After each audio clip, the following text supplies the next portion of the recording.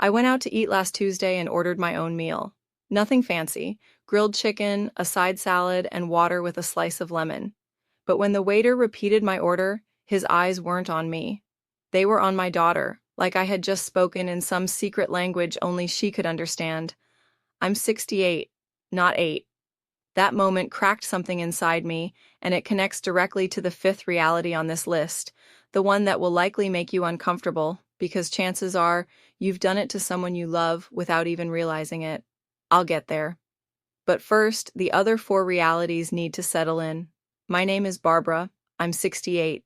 I still drive my own car. I still pay my bills. I still have opinions that make my children roll their eyes at the dinner table. But after 60, something changes that nobody really warns you about.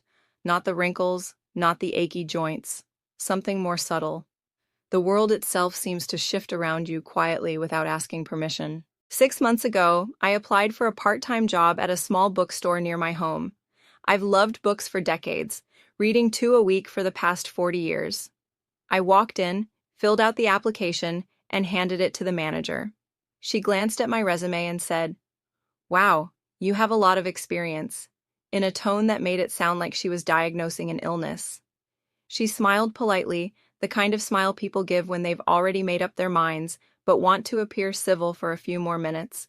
The job went to a 23-year-old who admitted she'd never read a complete book in her life. Me?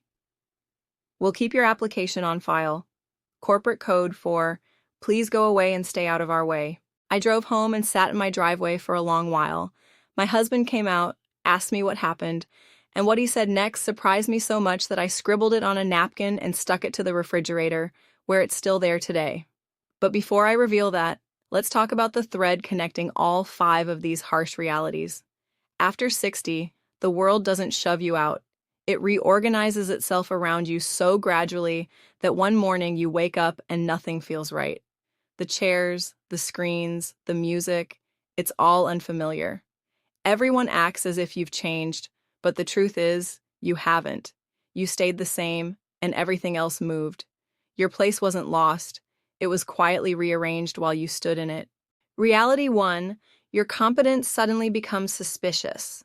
All the knowledge you've gathered over decades no longer feels valued. It makes people uneasy. Offer advice and they hear lecturing. Share experience and they hear bragging. Give a solution and they say, well, things are different now. My son-in-law wrestled with a leaking faucet for 3 hours. I told him exactly what the problem was twice. He ignored me, called a plumber, who told him the exact same thing, word for word. He paid $140 for the solution I offered for free. It wasn't about the faucet, it was about whose voice mattered, and mine didn't because of my gray hair. Reality 2. You become the inconvenience in systems you helped build. Self-checkout machines, banking apps, digital menus on tablets, online-only scheduling, everything is streamlined for speed. And if you need even a few extra seconds, suddenly you're the problem. I stood at a hospital kiosk trying to check in for a blood test. Tiny buttons, touchscreen, no human in sight. A woman behind me let out a barely audible sigh that spoke volumes. I've managed budgets larger than her annual salary, yet she judged me because I needed glasses to read a screen built by someone who will also need glasses someday. If this resonates, type "I felt this" in the comments, so we know we're not alone in this experience. Reality 3. Your marriage becomes a mirror you cannot avoid. After 60, the kids are gone, careers wind down, distractions vanish. All that's left is just two people and the unvarnished truth. Some couples discover they still like each other. Some discover they were roommates all along, managing a household, raising children, building what looked like a marriage but was really just a long-term group project. I've watched 3 couples separate after 60, not due to affairs, but due to decades of silence finally becoming louder than either partner could ignore. Reality 4. Your retirement fantasy was a lie. Not the money, but the identity part. For 40 years, people asked, "What do you do?" Then suddenly, that answer disappears. Mondays lose their structure. Freedom feels less like peace and more like drifting aimlessly. The key is not to retire from purpose, but to find a new one.